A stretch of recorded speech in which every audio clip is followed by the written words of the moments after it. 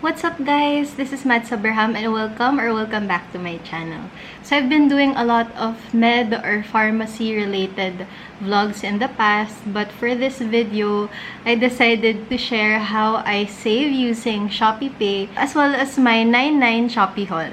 Hindi ko laging niloloadan yung Shopee Pay ko nang wala naman akong bibilin. So you can convert your Globe Rewards into 100 Shopee vouchers. September 20 na ngayon, 99 pa to in order. Mga 3 days outside before we open them. Basahan with Pine Sol. Nakuha ko na yung scissors. Oh my gosh! Parang excited na ako dito.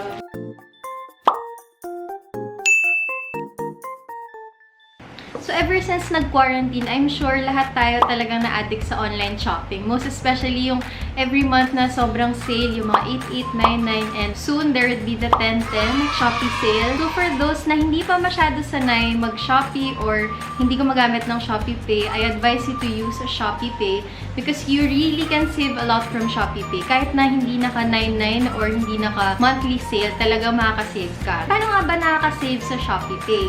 So, first, you have to go to your Shopee app. Sa home, makikita mo na agad yung Shopee Pay. So, here you can see the top up, the transfer, the scan, and withdrawal. And, of course, gagamitin natin dito is yung top up na option. Tsaka, I would only put load sa Shopee Pay pag meron akong kailangan bilhin. So, what I use is, I connect my GCash account here. So, I top it up using my GCash. So, in that way, yung GCash na lang yung ilo-load ko. And I load my GCash account using my BPI or you can also use other banks as your options. Magta-top up lang ako depending on the value that I need. Yung minimum na top up mo is 10 pesos. So, kung may bibilin ka na 99 sale tas 9 pesos lang, you can top up using just 10 pesos. And then, once I'm able to choose the item that I want, pwede nating add to cart muna if you're gonna buy other things. But, pinari, ito lang talaga bibilin ko, edi buy now. Pagdating mo dun sa cart, you're gonna see there Shopee voucher options. Ang advice ko dito is that if you're gonna use Shopee Pay, you either buy sa midnight or sa noon. Kasi dun yung times na laging may free shipping voucher even if walang mga 99 sale. So, you can choose 2 vouchers kasi one would be for free shipping and then the other one would be for the discount and the coin cashback. Ang pinakagusto ko dito is yung discount or cashback kasi at least kahit hindi 99 or kahit anytime ako bumili basta naka Shopee Pay ako, meron ako makuha cashback or meron ako makuha discount. So, ang idea for me is never akong bumibili ng walang cashback tsaka ng hindi free shipping. And then, kapag nakapili ka na ng discount and coin cashback, so for instance, napili natin yung 15%, which is one of the best options kung hindi 20%, select OK. Ang advantage pa is dahil kunyari matagal na ako na nag-iipon ng mga coins dahil sa mga cashback ko before. E di kapag bumili ulit ako, pwede na yung Shopee coins ma-redeem. So, you press that so you could redeem the Shopee coins and then check out.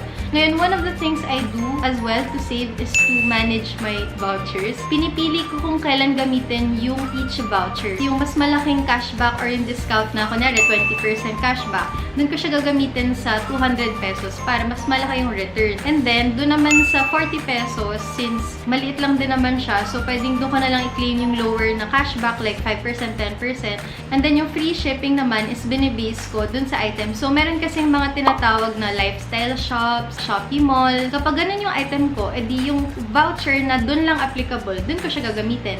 Para yung mga iba na hindi pasok dun sa ibang criteria ng free shipping, magamit ko pa yung voucher na yon. So basically, ang point ko lang is pag mag-Shopee ka, wag agad mag-check out. So i-double check mo muna kung nakuha mo na yung maximum discounts and yung lowest price. So, depende rin syempre dun sa location nung bibilin mo. Kasi yung iba mas mahal yung shipping. So, gamitin mo yung free shipping voucher up to 125 kapag mas malaki yung item. Check mo rin yung mga terms and conditions. So, nakalagay doon na minimum spend of 600. Yung iba, minimum spend of 99. Ngayon, if na-realize mo, hala, wala na akong voucher kahit naka-Shopee Pay ako, wala na akong nakuha discount. So, punta ka ulit sa home and then go to Shopee Pay. And then, you go to Shopee Pay, go to the vouchers.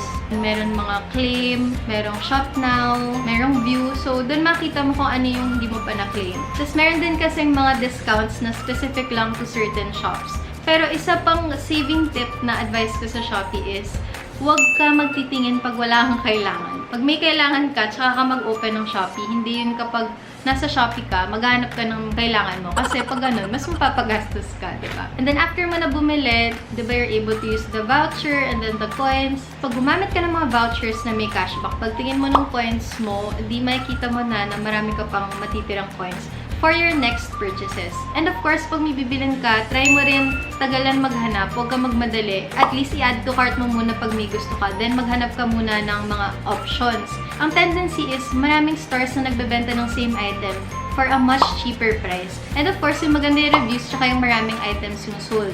One more thing is para makasave, maganda rin talaga na mag-add to cart ka muna days before magkaroon ng sale. So, kunyari yung 99 sale, 2 to 3 days or even the day before, maghanap-hanap ka ng mga gusto mo, tas meron namang sticker na 99 sa ilalim. So, i-check out mo na lang siya on the day itself.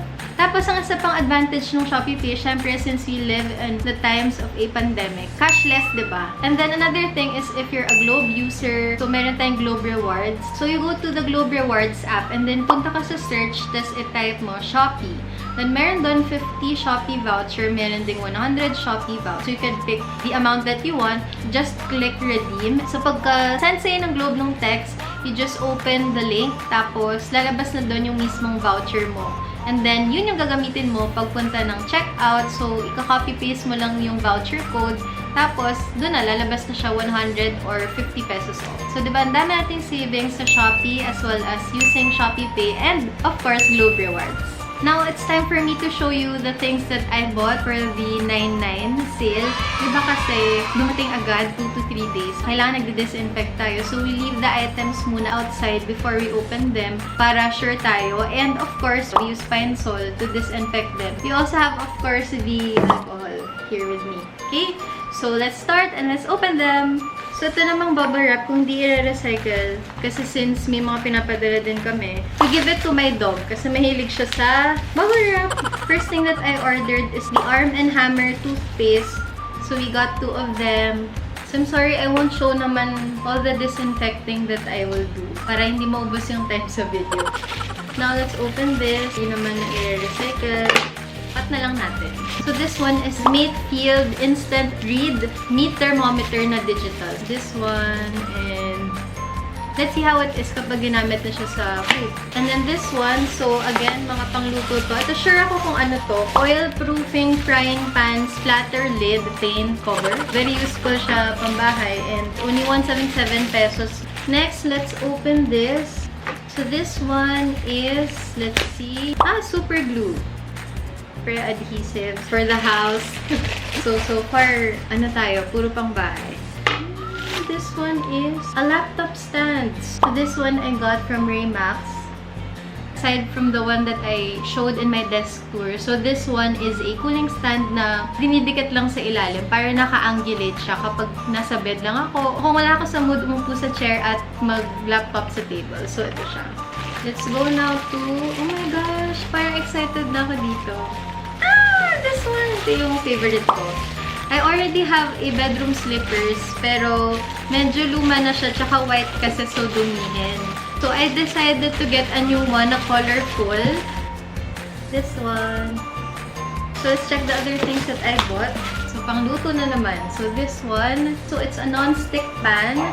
It's color red. And okay naman siya for 291 pesos, but I got it for 228 na lang.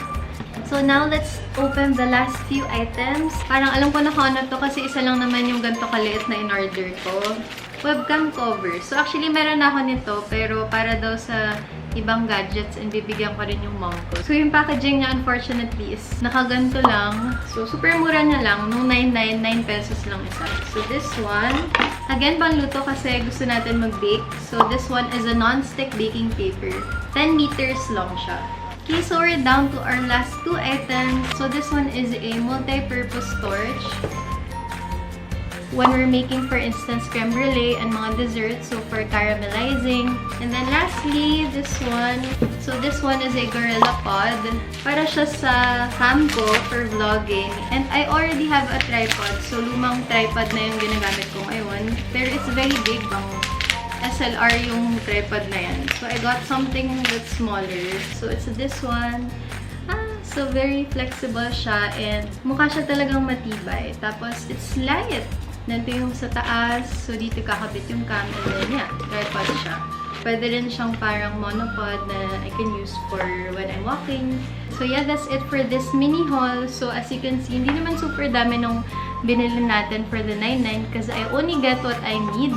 So, I hope that you find this video helpful, especially in terms of saving in Shopee. And I hope nakapabibili tayo sa Shopee. Let's always try to buy wisely. So, thank you guys for watching. And don't forget to comment down below if you have any other suggestions for my future vlogs. Don't forget to hit like and subscribe to my